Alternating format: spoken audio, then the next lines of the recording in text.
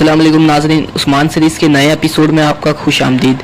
आज ही के दिन हम उस्मान सीरीज़ का सारे एपिसोड को अपलोड कर देंगे इंशाल्लाह। वीडियो में आगे बढ़ने से पहले जिन्होंने अभी तक चैनल सब्सक्राइब नहीं किया है वो चैनल को सब्सक्राइब कर ले ताकि आने वाली वीडियो मिस ना हो और बेल नोटिफिकेशन को भी ऑल पे कर ले।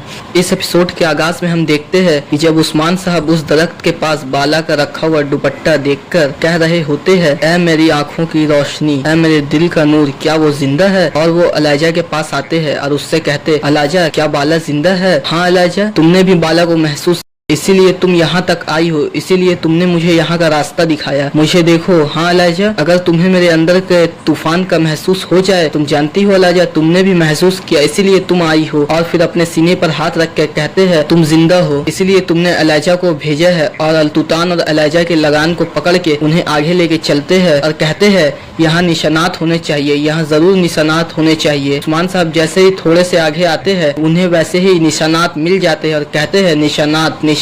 और वो कहते हैं कि बाला को कैद किया गया है, ये नहीं हो सकता, बाला कैद में है। और उस्मान साहब निशानात का ताकुब करते हुए आगे बढ़ते हैं।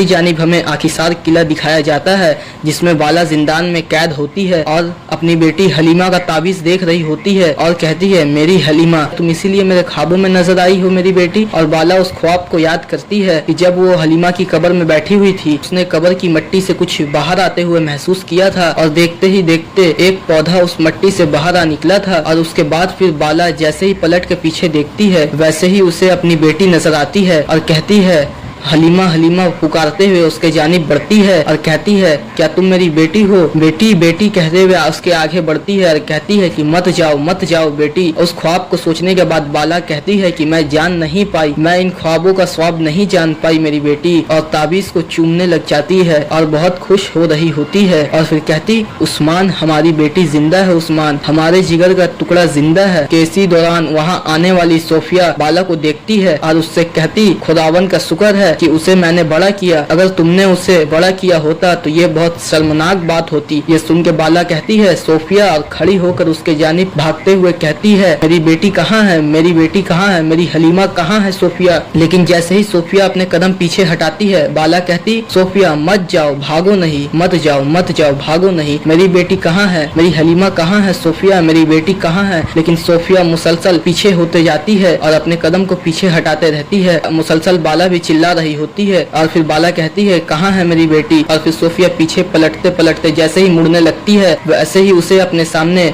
बोइना यानी हलीमा नजर आती है जो कि ये सारे बातें सुन रही होती है। उसे वहाँ देखते साथ ही सोफिया के रंग उड़ जाते हैं, उसकी आंखें खुले की खुली रह जाती है और सोफिया हलीमा को पकड़ते हुए साइड पर आती है, कहती है, तुम्हारा यहाँ क्या काम है? तो बोइना यानी हलीमा पूछती है कि जो मैंने सुना वो सच है? सोफिया कहती है कि तुमने क्या सुना? बोइना कहती कि हरगिज मुझसे झूठ ना कहे, क्या उस्मान और बाला की बेटी जिंदा है?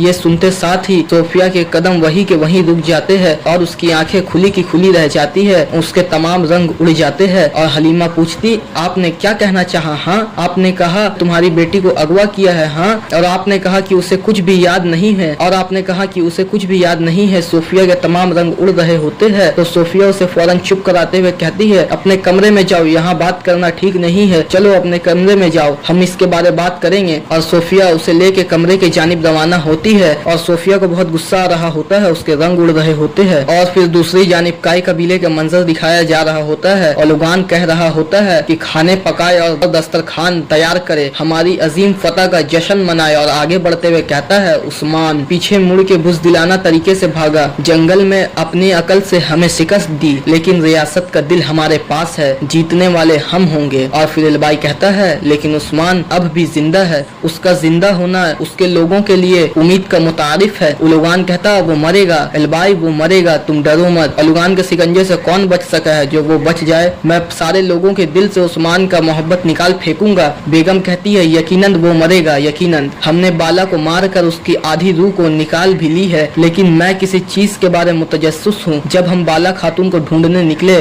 तो सोफिया हमारे साथ थी, लेकिन तब से वो मंजर आम में नहीं है। वो अपनी फौज की भी क़यादत नहीं कर रही थी। जब उस्मान ने हमला किया तो सोफिया कहाँ थी? और लुगान कहता, तुम अपने मुंह से क्या बड़बड़ा रही हो खातून, जो कुछ है साफ साफ उगल दो। बेगम कहती कि मैं उस सुर्ख शैतान से हर कुछ की उम्मीद लगा सकती हूँ, उसकी रस्सी को ज्यादा खुला नहीं छोड़ना चाहिए। मुझे यकीन है हमसे छुप के वो खुद से मामलात कर रही है। और लुगान कहता, मैं औरतों की बात नहीं सुनता, लेकिन कभी कभार ये भी मुमकिन होता है कि वो भी सच कह रही होती है। फिर वो अल्तुगा से कहता, अल्तुगा घोड़ों को तैयार करो, हम आखिसार किले जा रहे हैं। अल्तुगा कहता, जो हुकुम लुगान, और वो वहाँ से रवाना हो जाते हैं। जबकि दूसरी जानिब जंगल में हम देखते हैं उस्मान साहब अल्तुतान और अलाजा को निशानात का ताकुब कर रहे होते हैं और आगे बढ़ते ही चले जा रहे होते हैं। आगे बढ़ते बढ़ते एक जगह पहुंच के कहते हैं, निशानात यहाँ गायब हो रहे हैं, वो कहाँ ले गए हैं? मेरे अल्लाह मेरी मदद फरमा, वो उसे कहाँ ले गए हैं? और परेशान होते हुए कहते हैं, ये नहीं हो सकता, कहीं ये कोई चाल तो नहीं है, कहीं ये कोई चाल तो नहीं चली जा रही है, कहीं कोई मेरे साथ खेल तो नहीं खेल रहा। नहीं नहीं नहीं, मैं हिचकिचाहट में नहीं पड़ूंगा, ना उम्मीद में नहीं होऊंगा,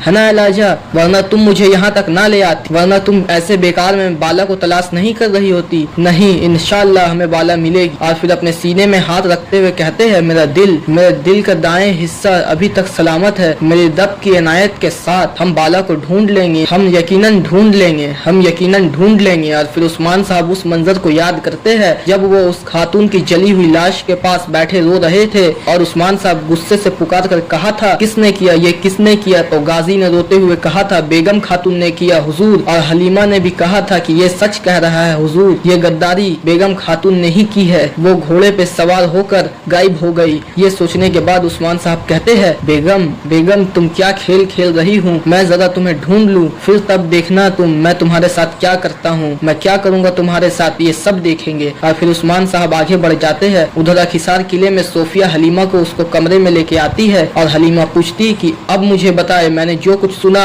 मेरे दिमाग को वो उलझा रहा है। सोफिया कहती कि तुम्हारे दिमाग को उलझाने वाली चीज क्या है बोइना, मुझे बताओ। हलीमा कहती, वाकई हलीमा अभी तक जिंदा है, अगर उसे आपने बड़ा किया है तो मैं।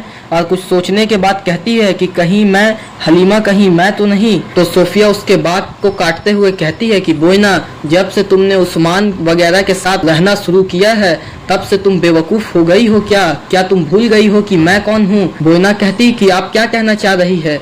तो सोफिया कहती कि हलीमा मर चुकी है।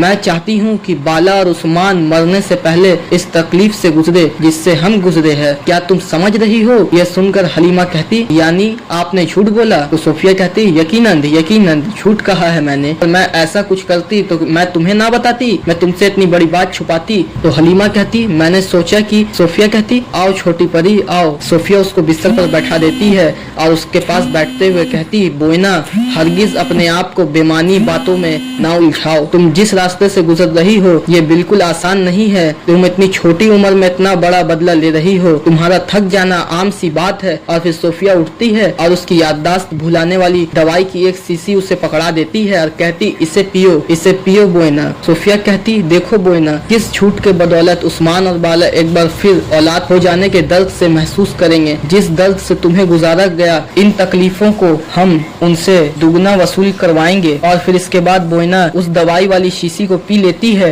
ये सब देखकर सोफिया थोड़ा सुकून में आती है और फिर कहती है, दोबारा कभी भी इस दवाई को लेना बंद ना करना, थोड़ी और पियो। तो बोइना थोड़ी और दवाई पीती है। और फिर हलीमा पूछती, अच्छा तो अब क्या होगा खाला? तो सोफिया उसका हाथ थामते हुए कहती, तुम अभी इन चीजों के बारे ना सोचो, थोड़ा आराम करो, चलो पियो। पूरी शीशी उसे पिला देती है। इसके बारे में ना सोचो, थोड़ा आराम करो, चलो। और फिर सोफिया उसके सर के साथ अपना सर लगाकर कहती है, तुम्हारे बेदार होने पे तुम्हारे तमाम दर्द खत्म हो जाएंगे। और फिर वहाँ से उठ के वहाँ से रवाना हो जाती है, जबकि हलीमा सोच में पड़ जाती है। नाजरीन, आगे देखने के लिए चैनल को सब्सक्राइब करें।